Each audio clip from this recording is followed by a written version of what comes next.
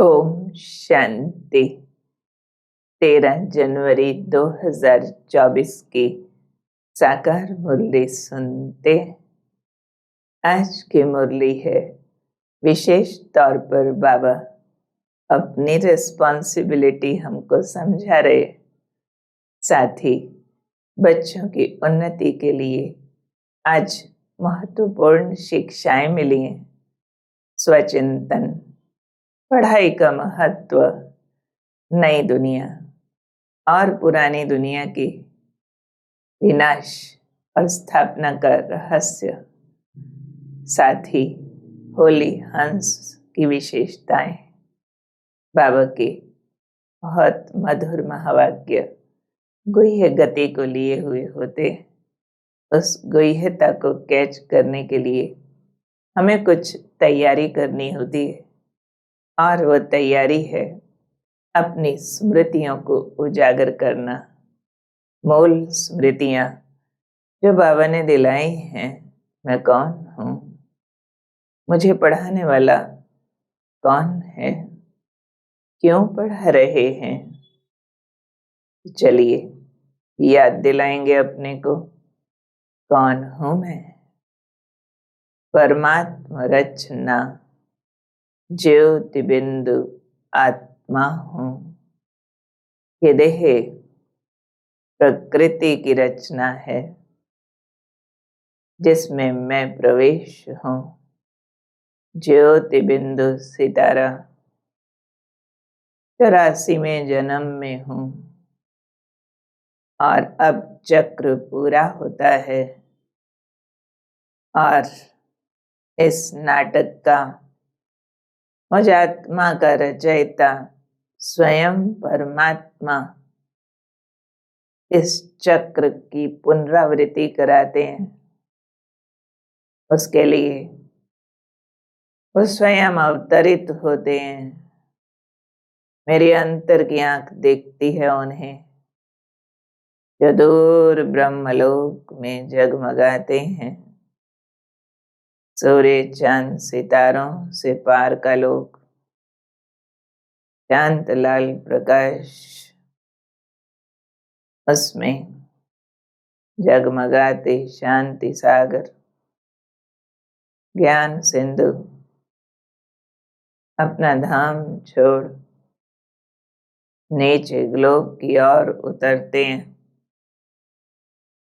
और प्रवेश करते हैं आदि पिता ब्रह्मा के ललाट पर,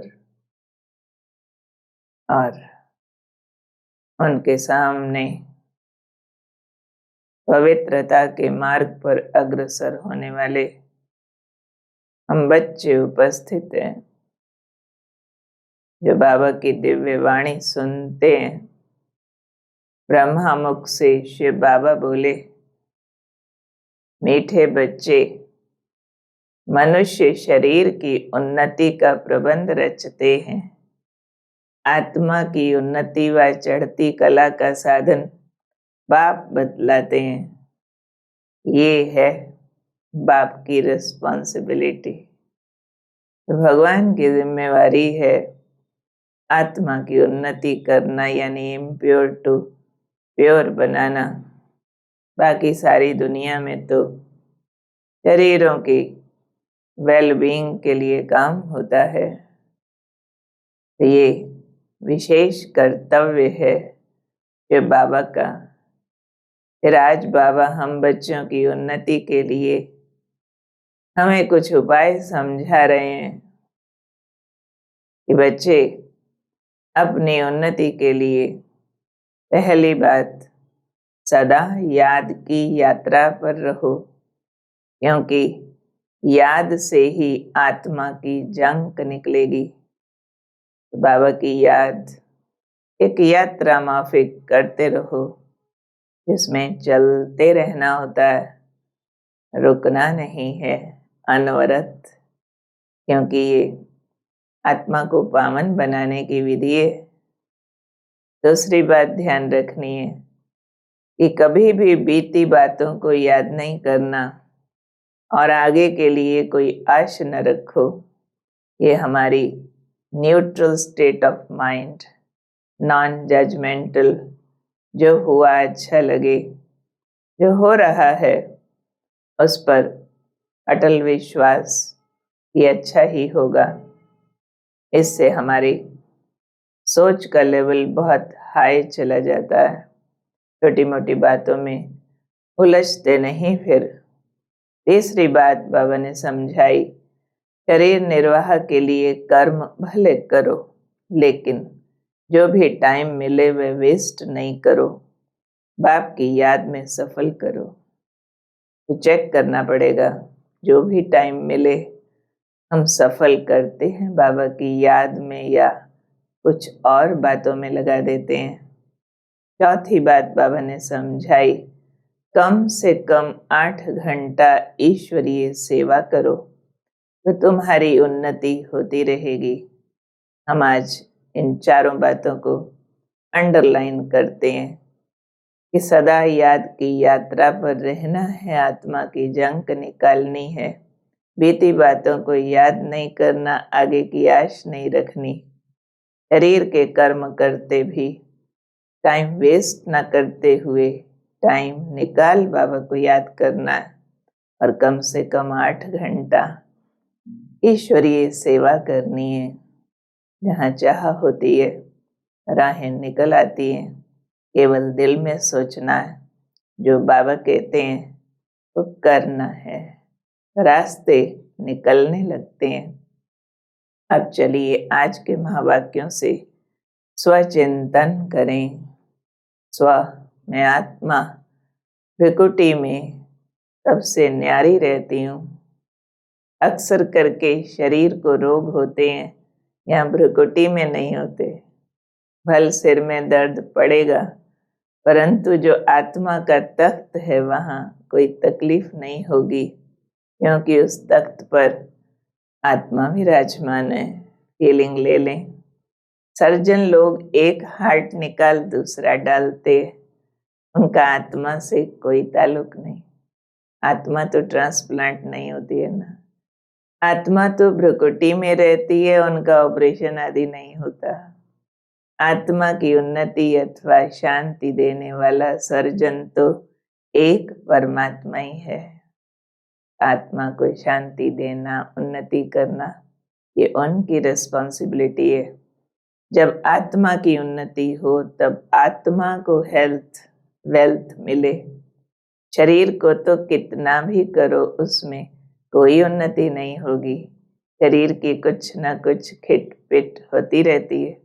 सारा मदार आत्मा पर है, आत्मा में ही मत है, यानी थॉट सिस्टम है। आत्मा अलग हो जाए तो मत मिल न सके, आत्मा ही 16 कला बनती है, फिर आत्मा ही बिल्कुल कला रहित हो जाती है। अब बाप तुमको देही अभिमानी बनाते हैं, जिससे आत्मा जो तमो प्रधान बनी है वो सतो प्रधान बन जाए। चेक कर लें, देही के अभिमानी होकर बैठे हैं और सुनते हैं परमात्मा महिमा। रूहानी बाप बैठ रूहानी बच्चों को अथवा आत्माओं को समझाते हैं। फीलिंग लें, मुझ आत्मा का परम पिता मेरे सामने है, मुझे समझा रहे हैं। आत्मा जब तमो प्रधान हो जाती है तब आत्मा की उन्नति करने वाला बेहद का बाप आता है। वही सब आत्माओं की उन्नति और मन की शांति का रास्ता बता सकते हैं। ये आत्मा की उन्नति कल्प में एक ही बार होती है। तुमको उन्नति प्राप्त कराने के लिए कहते हैं, जागो, मामेकम याद करो तो तुम्हारे विक्रम विनाश होंगे और मैं तुमको शांति धाम ले जाऊंगा। चेक करें, कानों में ईश्वरी आवाज सुनाई दी कि स्वयं शिव भगवान ब्रह्मा मुख से कह रहे हैं, जागो, माम एकम, एक मुझे ही याद करो तो तुम्हारे विकर्म विनाश होंगे और मैं तुम्हें अपने साथ शांति धाम ले जाऊंगा। छी तमो प्रधान आत्माएं तो मेरे पास आ न सके तो बाप आकर विश्व के सभी बच्चों को विकारों से लिबरेट करते, तब कहते हैं तुमरी गत मत तुम ही जानो। ये उनकी आत्माओं को पावन बनाने की गत और मत निराली है। बाप कहते हैं मैं तो अपकारियों पर भी उपकार करता हूँ, साधुओं आदि का भी उद्धार करने मैं आता हूँ। मेरा फिर सब अपकार करते हैं। भगवान की भी बहुत लोग निंदा कर देते हैं, तो बाप खुद कहते हैं मैं रहम दिल हूँ, दुख हरता सुख करता हूँ सबके। चाहे कोई निंदा करने वाले हैं उनके भी दुख दूर करता हूँ, सुख देता हूँ। और बाबा जो पढ़ाई पढ़ाते हैं आकर के उसके लिए समझा रहे हैं कि तुम्हें स्वयं बहुत हाईएस्ट बाप ब्रह्मा मुख से ज्ञान अमृत देते हैं, तो रोज जरूर पढ़ना चाहिए।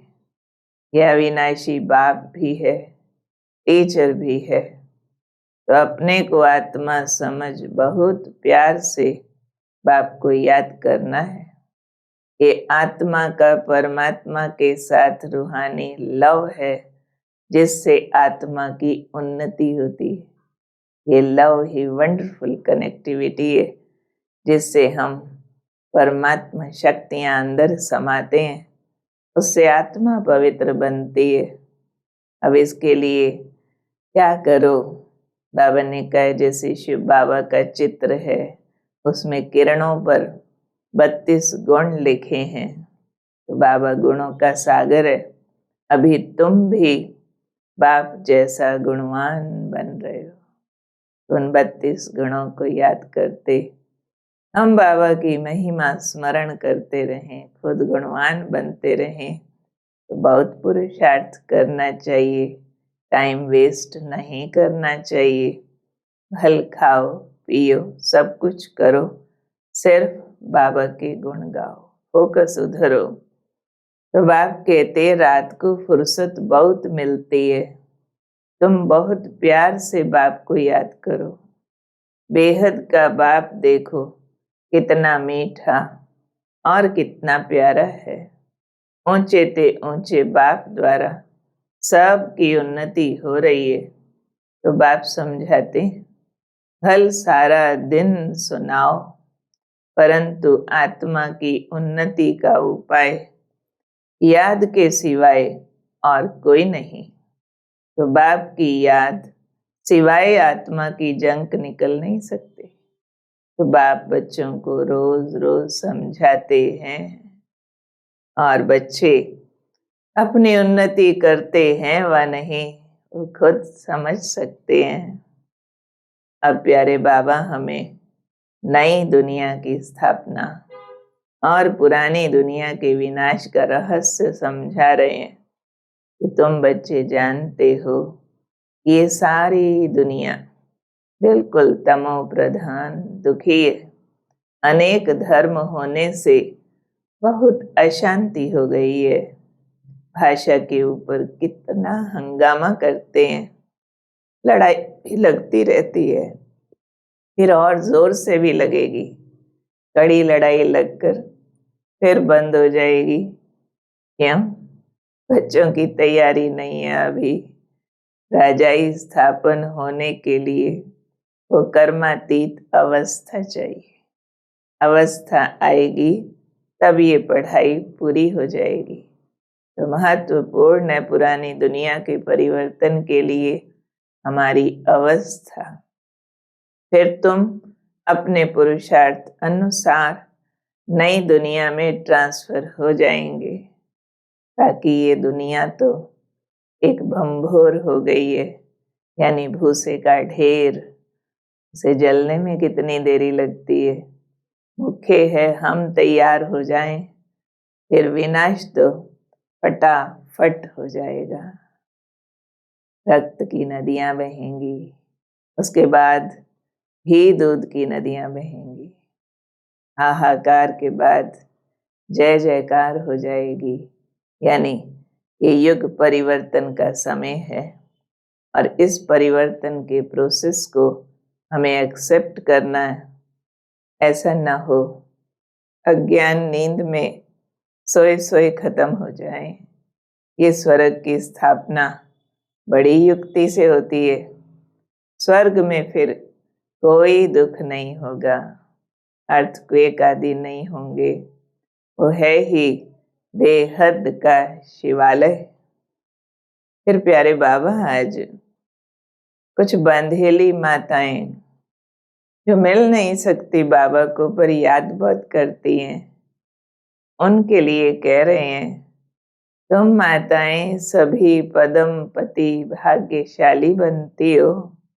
तुम अभी सदा सुहागिन शिव की सजनी बनती हो।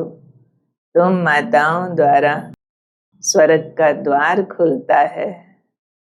हैं तो पुरुष भी बहुत जो बाबा का बनते हैं, परंतु माता जन्म देती है तो उनको पुरुष से ज्यादा इजाफा मिलता है। तो माताओं की पाई पाई से यज्ञ की सर्विस हो रही है, तो बहुत श्रद्धा से एक एक पैसा बचाकर सेवा कार्य में मदद करती हैं। तो बाबा तो गरीब निवाज है। ऐसे जो बहुत तंगी से भी अपना थोड़ा सा भी बचा के बाबा के कार्य में लगाए तो उसकी प्राप्ति बहुत बड़ी भारी हो जाती है। इसलिए बाबा कहते हैं, मैं अहिल्याओं का भी उद्धार करता हूँ, गणिकाओं का भी उद्धार करता हूँ। यानी जिसकी बुद्धि पत्थर जैसी हो गई हो और जिसका जीवन विकारों से भर गया हो, उनका भी उद्धार करता हूँ। इसलिए बाबा हिदायत दे रहे हैं माताओं को, कम से कम 8 घंटा ईश्वरीय गवर्नमेंट की सर्विस करो। कैसे करो? जो भी आए उनको आत्म उन्नति का रास्ता बताओ। तुम शिव बाबा को याद करते सर्विस करते रहो तो बहुत उन्नति हो सकती है। बाबा बांधेलियों को भी समझाते हैं कि तुम्हें पति को बहुत नम्रता प्यार से समझाना है, दिव्य गुण धारण करने। कोई मारे भी तो उन पर फूलों की वर्षा करो। ये हमारे दिव्य गुण हमारी बहुत बड़ी ताकत है, इनका प्रयोग करना है। साथ ही बाबा और धारणाओं के लिए बताते हुए कह रहे हैं, तुम्हारी आंखें बड़ी शीतल होनी चाहिए, कभी हिले नहीं। यानी दृष्टि यहाँ वहाँ नज़ारों में शरीरों पर भटके नहीं। इस पर अंगद का मिसाल है कि बिल्कुल अडोल था। तो हमारी दृष्टि वृत्ति अडोल होनी चाहिए। साथ ही ड्रामा पर अटल रहना है। जो कुछ पास्ट हुआ उनको याद नहीं करना है, सदैव हर्षित रहना है। तो बीती बातों को याद करेंगे तो हर्षित नहीं रह पाएंगे। तो बीत गया सो ड्रामा। और अब हम लेंगे बाबा से आज का विशेष वरदान, स्मृतियों को सजग करते हुए। कौन है मेरे सामने? सर्वशक्तिमान सदगति दाता वरदाता स्वयं शिव भगवान ब्रह्मा के ललाट पर उनकी दिव्य दृष्टि से मुझे निहारते हुए मैं भी प्रकाशमयी काया में बिंदु जगमगाता हूँ। वरदान मिलता है, बच्चे संकल्प बोल और कर्म के व्यर्थ को समर्थ में परिवर्तन करने वाले होली हंस भव। होली हंस का अर्थ है संकल्प बोल और कर्म के व्यर्थ को समर्थ में परिवर्तन करने वाले क्योंकि व्यर्थ जैसे पत्थर होता है, पत्थर की वैल्यू नहीं, रत्न की वैल्यू होती है। तो होली हंस फौरन परख लेता है, ये काम की चीज नहीं है, ये काम की है। कर्म करते सिर्फ ये स्मृति इमर्ज रहे कि हम राजयोगी नॉलेजफुल आत्माएं हैं। हमारे पास रोलिंग और कंट्रोलिंग पावर है, तो व्यर्थ नहीं जा सकता। ये स्मृति होली हंस बना देगी। तो खुद को होली हंस मानते हुए हमें वैल्यू करनी है कि क्या रत्न है और क्या पत्थर है। इस हिसाब से संकल्प, बोल और कर्म को व्यर्थ से बचाते समर्थ की ओर ले चलेंगे। स्लोगन: जो स्वयं को इस देह रूपी मकान में मेहमान समझते हैं, वही निर्मोही रह सकते हैं। आज के महावाक्यों से हम अभ्यास करेंगे कम से कम 8 घंटा ईश्वरीय सेवा में सफल कर सके। रात को जागकर बाबा को प्यार से याद करें। किसी भी हालत में ईश्वरीय पढ़ाई रोज पढ़नी है, आंखों को शीतल बनाना है और होली हंस बनकर सब प्रकार के व्यर्थ से मुक्त रहना है।